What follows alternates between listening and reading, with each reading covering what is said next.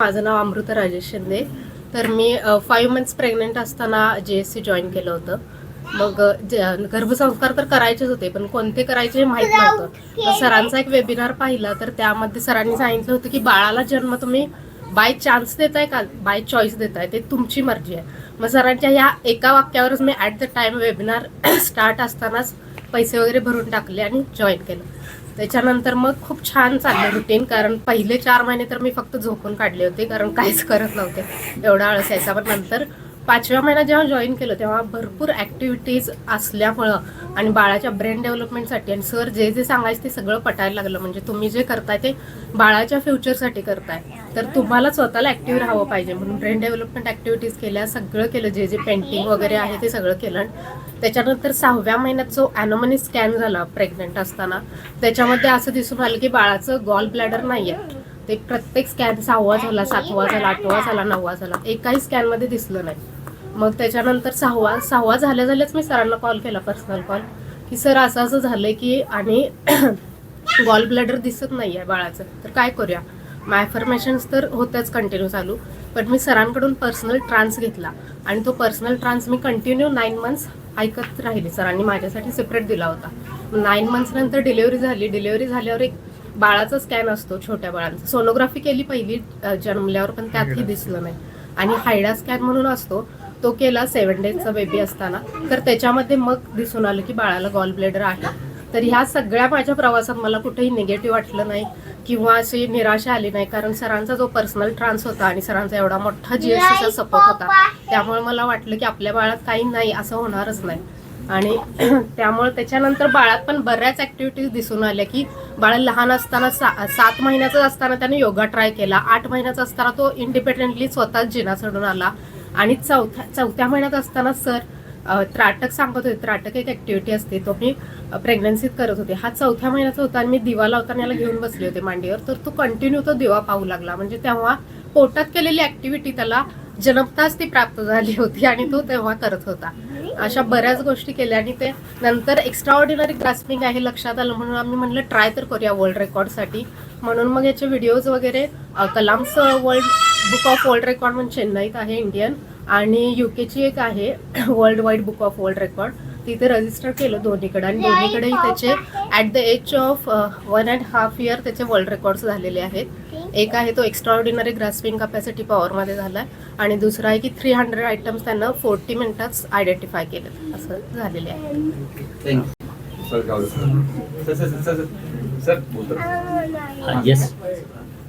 Conceive झाल्यानंतर actually आनंदाचा क्षण हा दोघांसाठी पण असतो, पण त्याचा जो गायडन्स असतो की मुलगा मुलगी कोणी असते, ते जन्माला आल्यानंतर तुम्हाला जन्म कशासाठी द्यायचा आहे किंवा त्याचं नेचर काय असावं, तुम्हाला कसा हवा आहे याचं किंवा गायडन्स किंवा कसं त्याला चालना द्यायची ते काहीच आपल्याला माहीत नसतं. म्हणजे आमच्या पर्सनल एक्सपिरियन्सच्या बाबतीत असं होतं की आम्हाला काहीच गायडन्स नव्हता, फक्त आम्हाला सरांच्यामुळे काही गायडन्स मिळाला आणि आम्ही तो फॉलो केला. म्हणजे आम्ही म्हणण्यापेक्षा की कन्सिव्ह झाल्यानंतर त्या स्त्रीनं कष्ट घेणं फार महत्त्वाचं आहे आणि त्याला मी सपोर्ट, म्हणजे तिच्या नवऱ्यानं सपोर्ट करणं तितकंच गरजेचं आहे, कारण ते केलं जात नाही. काही असं ठिकाणी आपल्याला दिसून येते आणि थोडक्यात ते कन्सिव्हमेंट नंतर थोडा आळस येतो आणि तो आळस दूर करून ते कष्ट घेणं हे फारच महत्त्वाचं असतं.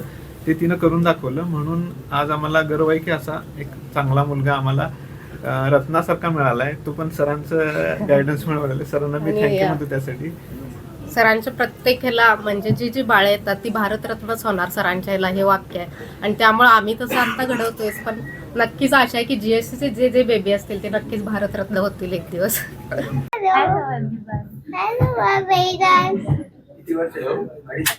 नाही, 4 इयर्स आता कम्प्लीट होतील 18 डिसेंबर. सो हा 2 महिन्याचा होता, तेव्हाचा व्हिडिओ मी तुम्हाला शेअर करेन. 2 महिन्याचा असताना तो जो काही बोलायचा, एवढा छान प्रतिसाद द्यायचा. मॅडम, तुमच्या प्रोसेस बद्दल आणि नमस्ते, मी श्रुती माने. मी 8 मंथ्स प्रेग्नेंट असताना मी जॉईन केलं होतं JSC. त्याच्या आधी मला काही माहिती नव्हतं आणि तेव्हा कोविडचा टाइम होता, फर्स्ट वेव्ह होती आणि मी 8 मंथमध्ये जॉईन केलं तेव्हा माझा HB खरं सांगते कमी होता आणि प्रेग्नन्सीमध्ये कॉम्प्लिकेशन्स असे होते की मला डॉक्टरांनी सांगितलं होतं की ट्रॅव्हल नका करू, हेवी काही लिफ्ट नका करू. आणि सगळं ओके स्मूथली झालं. अफर्मेशन्सने खूप अफेक्ट केले, म्हणजे विदिन 1 मंथ मला त्याच्यातले रिझल्ट तरी आले.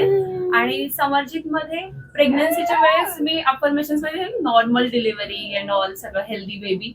आणि ड्यू डेटच्या 2 डेज आधी मला असं कळलं की त्याच्या नेकला 2 लूप्स ऑफ कॉर्ड्स आहेत. आणि डॉक्टरांनी सांगितलं की नाही, आपण नॉर्मल डिलिव्हरी करणार. सो ते इतकं टेन्शन आणि हे होतं तेव्हा सुद्धा ते अफर्मेशन्स आणि सगळं इतकं हे झालं की नॉर्मल डिलिव्हरी झाली. 3.5 kgचा होता. आणि मी त्या अफर्मेशन्स मध्ये 3 to 4 kgs बेबीचं वेट एवढं सुद्धा मेन्शन केलं होतं अफर्मेशन्स मध्ये. इतकं त्याच्यामध्ये सगळं हे झालंय. आणि 2 महिन्याचा व्हिडिओ सगळ्यांनी बघितलाय आय गेस सरांच्या साईटवरती, इंस्टाग्राम पेजवरती. तर मी जेव्हा प्रेग्नेंट होती तेव्हा माझे सासरे रोज देवाची पूजा करतात आणि ओम हे ते 3 times बोलायचे आणि ते सगळ्यांच्या कानावरती पडायचं.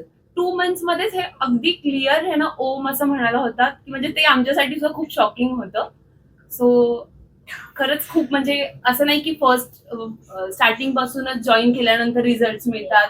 सेकंड ट्रायमिस्टर, थर्ड ट्रायमिस्टर, जेवढा तुम्ही लवकर करेल ऑब्व्हियसली जास्ती चांगले रिझल्ट मिळतील.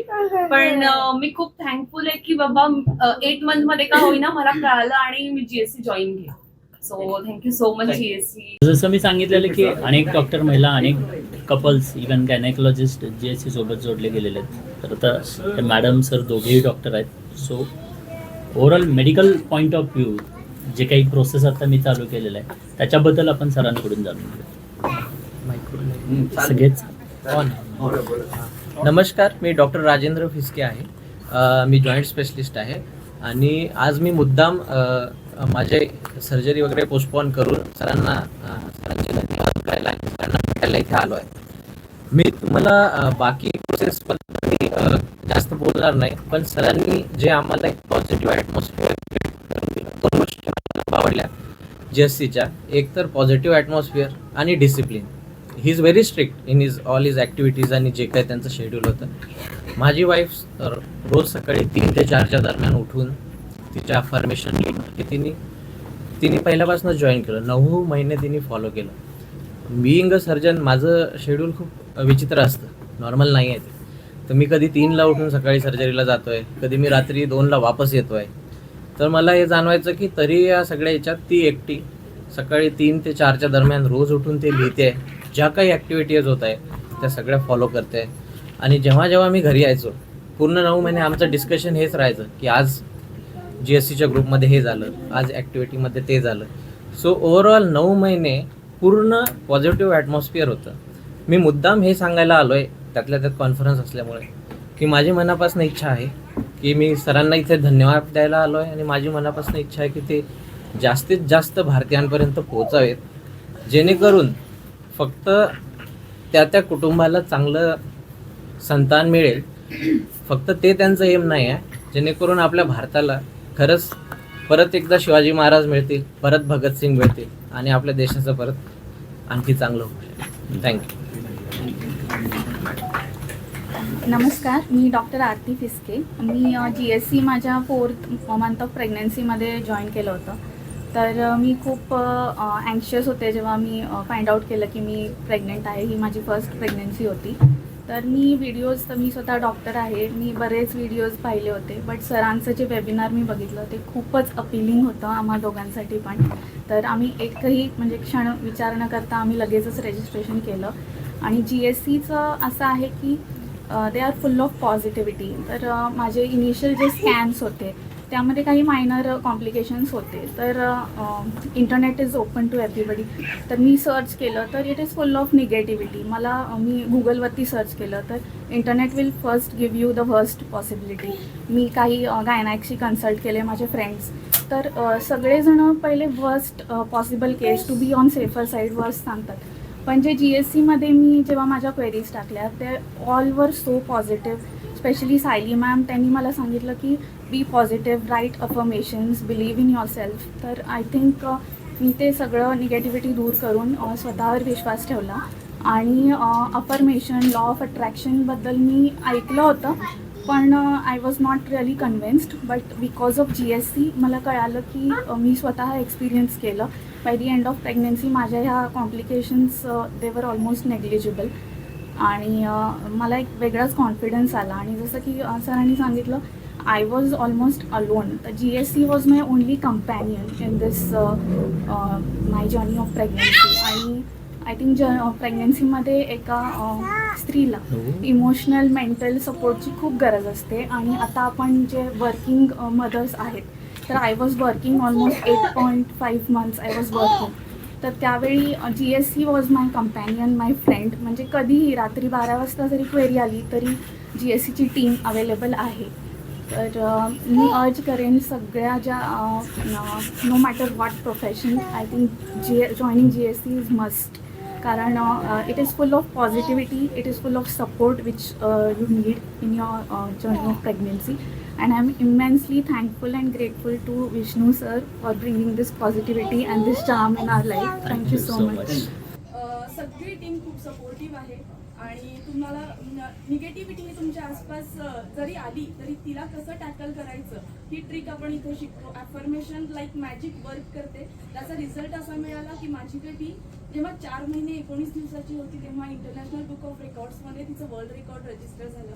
तर आम्हाला सगळ्यांना तिच्याबद्दल खूप अभिमान वाटला आणि त्याच्यासाठी पूर्ण GSC आणि BRCची टीम, स्पेशली सर आणि सायली मॅम यांचे मी खूप खूप आभार मानते. आणि सगळ्यांचे एकत्र एफर्ट्स आहेत टीमचे की इतका छान प्रोग्राम त्यांनी सेट केलाय जो की प्रत्येक प्रेग्नेंट वुमननी फॉलो केला पाहिजे अशी माझी इच्छा आहे. था तभी कोविड पीरियड ही था.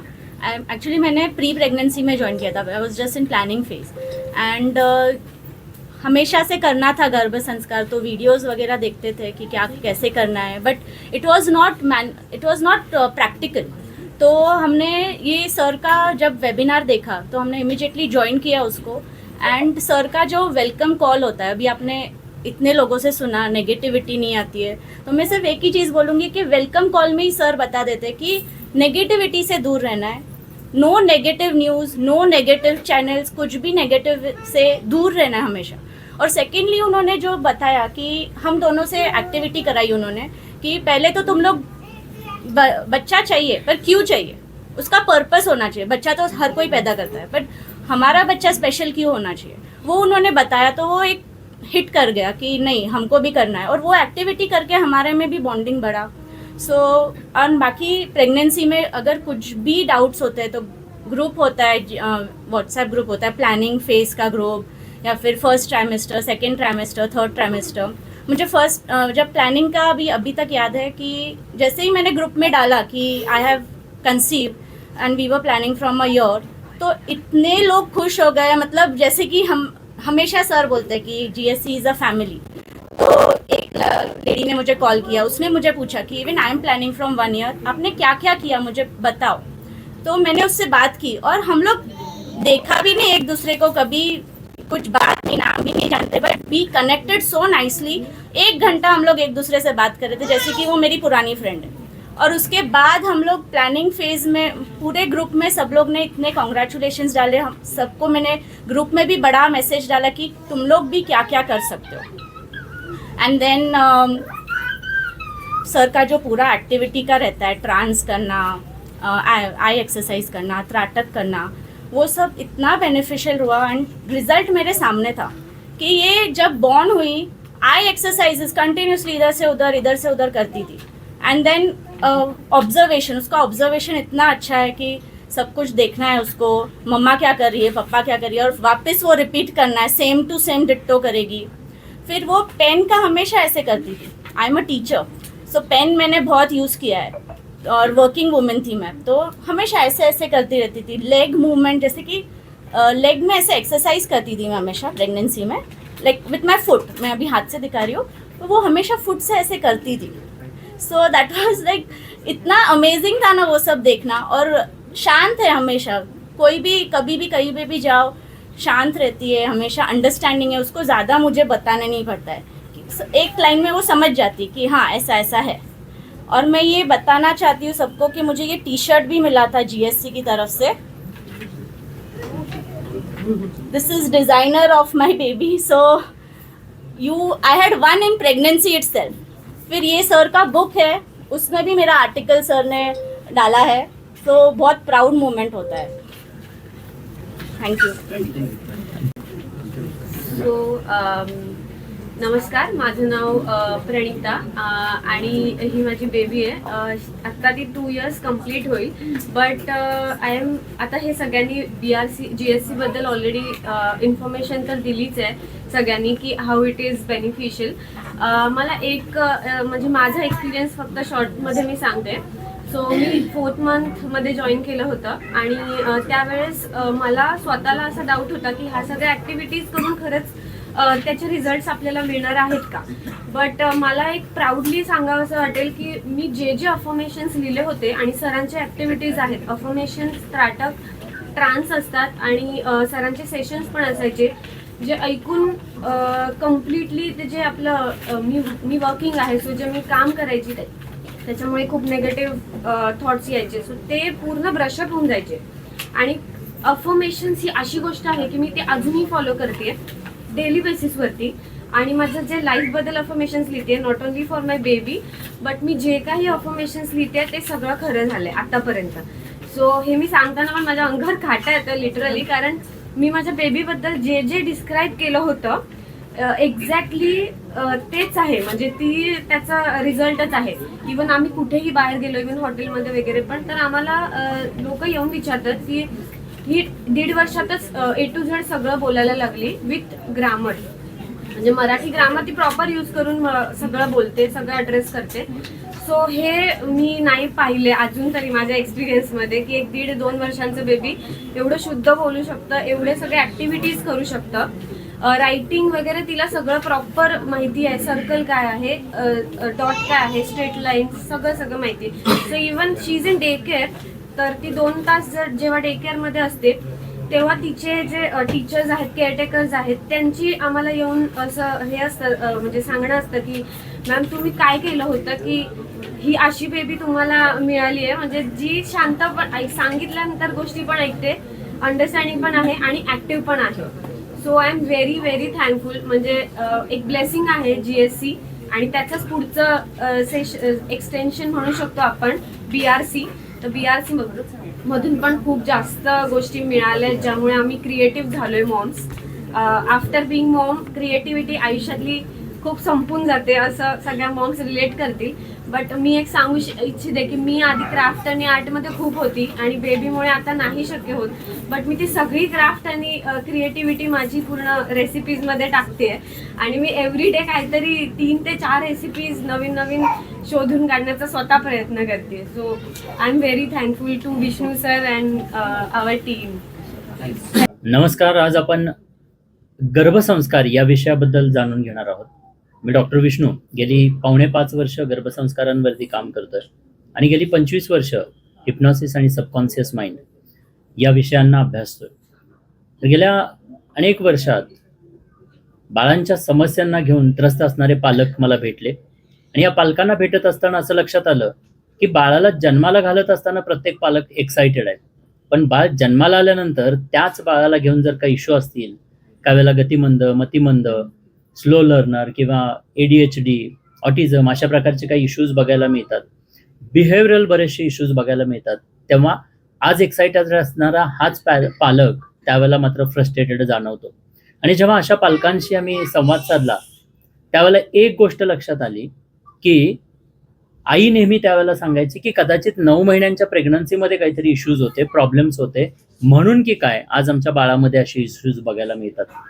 आणि हे जेव्हा अनेक महिलांकडून मला ऐकायला मिळालं की ज्यांच्या 9 महिन्यांच्या जर्नीमध्ये काही इश्यूज होते, स्ट्रेस होता, तणाव होता, काही फॅमिली इश्यूज होते, त्या बाळावरती सुद्धा तशा प्रकारचा काही प्रभाव आपल्याला जाणवतो. आणि मग त्यातनं असं लक्षात आलं की कुठेतरी प्रेग्नन्सीचे 9 महिने आणि डिलिव्हरी नंतरचा काळ यांचा काहीतरी संबंध आहे. आणि मग याच्यावरती आम्ही रिसर्च करायला सुरुवात केली आणि रिसर्चमध्ये असं लक्षात आलं की वेगवेगळ्या देशांमधले कल्चर्स प्रेग्नन्सीचे 9 महिने अनुभवत असताना एक गोष्ट लक्षात आली की निश्चितच गर्भात असताना बाळावरती जे काही इमोशनल त्या आईच्या माध्यमातून इमोशन्स ज्या काही भेटतात त्याचा परिणाम होतोय.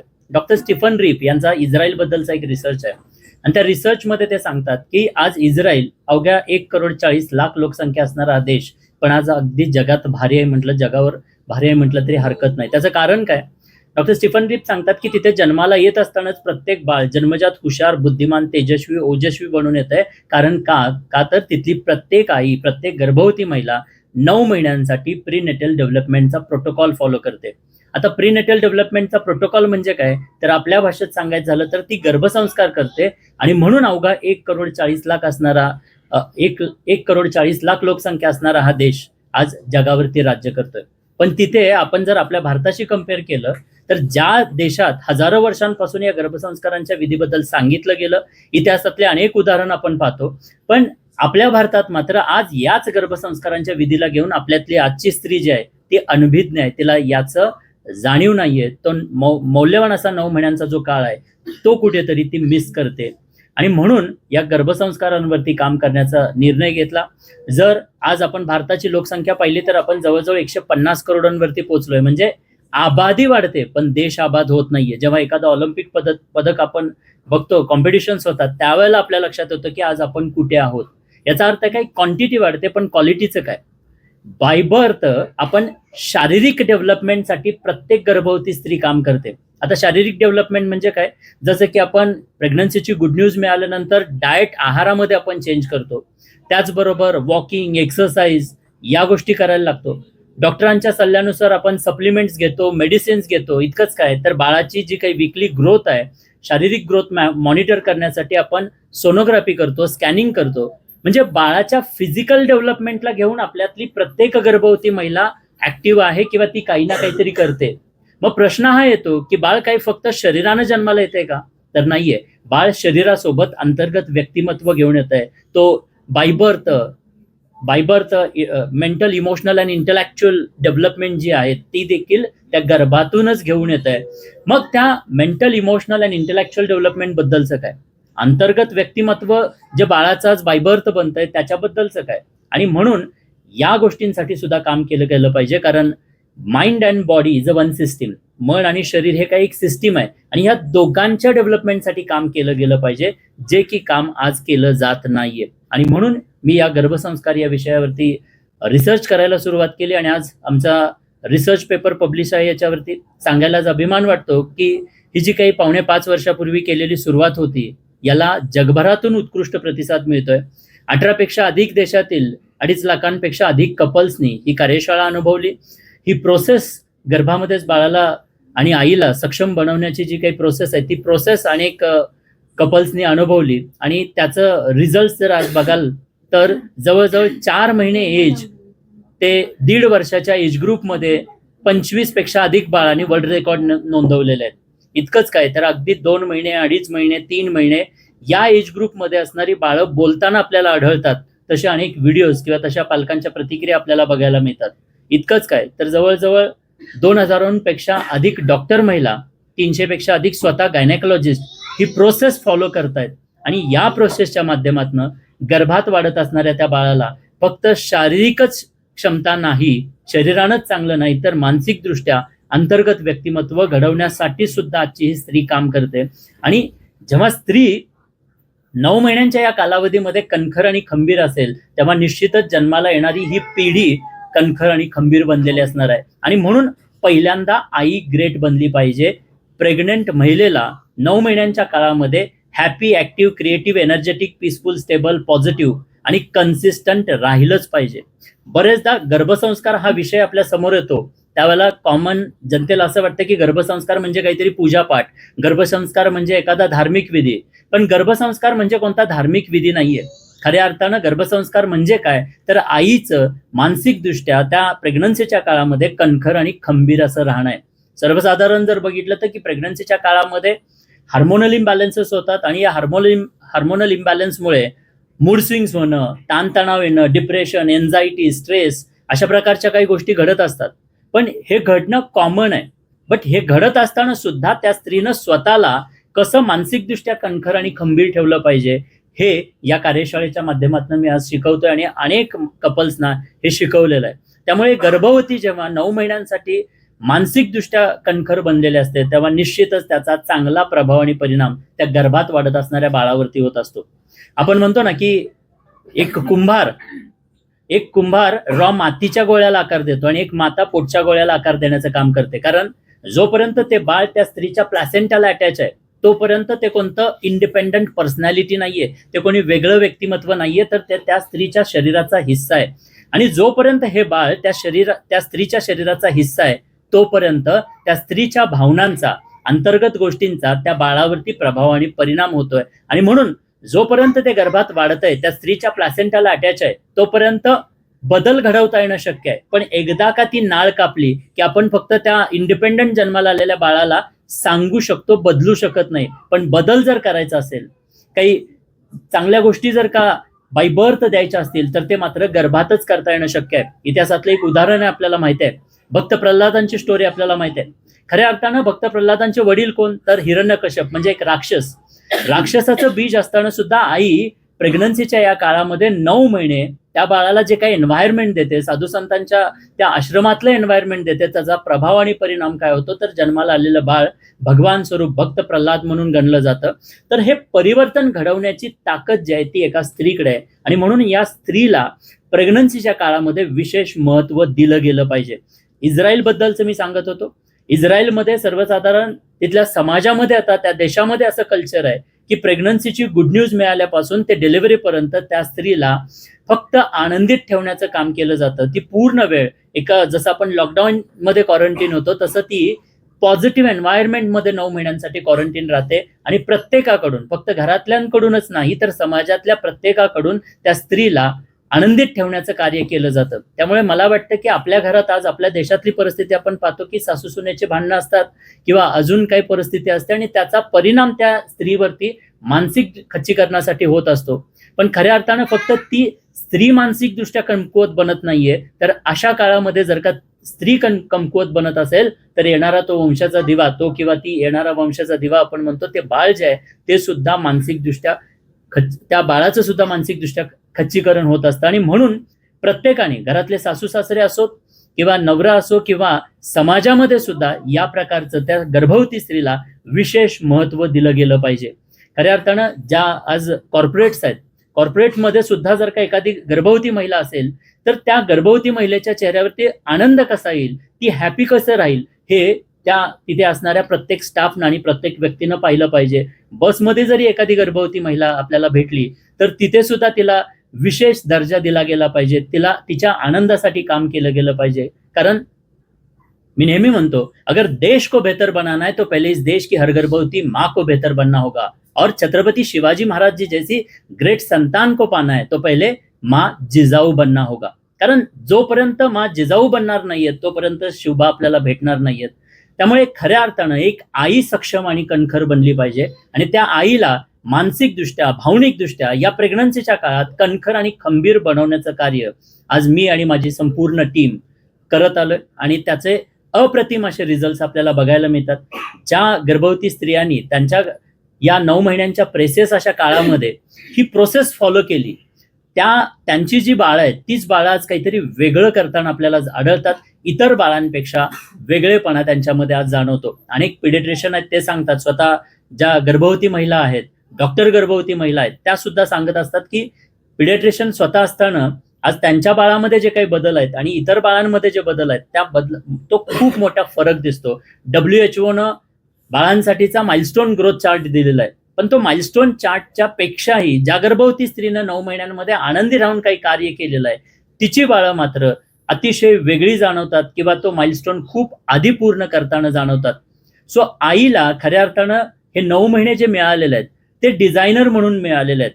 ज्या पद्धतीनं कुंभार त्या मातीच्या मडक्याला आकार देऊन प्रोसेसमध्ये असताना हवं त्या साईजचं, हवं त्या शेपचं, हवं त्या कपॅसिटीचं, हवं त्या क्वालिटीचं बनवू शकतो, पण कधी जोपर्यंत ते रॉ आहे त्याला आकार देत असताना, प्रोसेसमध्ये असताना, एकदा का कुंभारानं त्या मातीच्या भांड्याला शेकलं की त्याची बाय बर्थ कपॅसिटी आपण बदलू शकत नाही. अगदी तसंच जोपर्यंत हे बाळ त्या स्त्रीच्या प्लॅसेंटाला अटॅच्ड आहे तोपर्यंत बाय बर्थ कपॅसिटी ज्या आहेत ते आपल्याला बदल करता येणं शक्य आहे. म्हणजे बदल हा प्रोसेसमध्ये आपल्याला घडवता येतो, बनल्यानंतर नाही.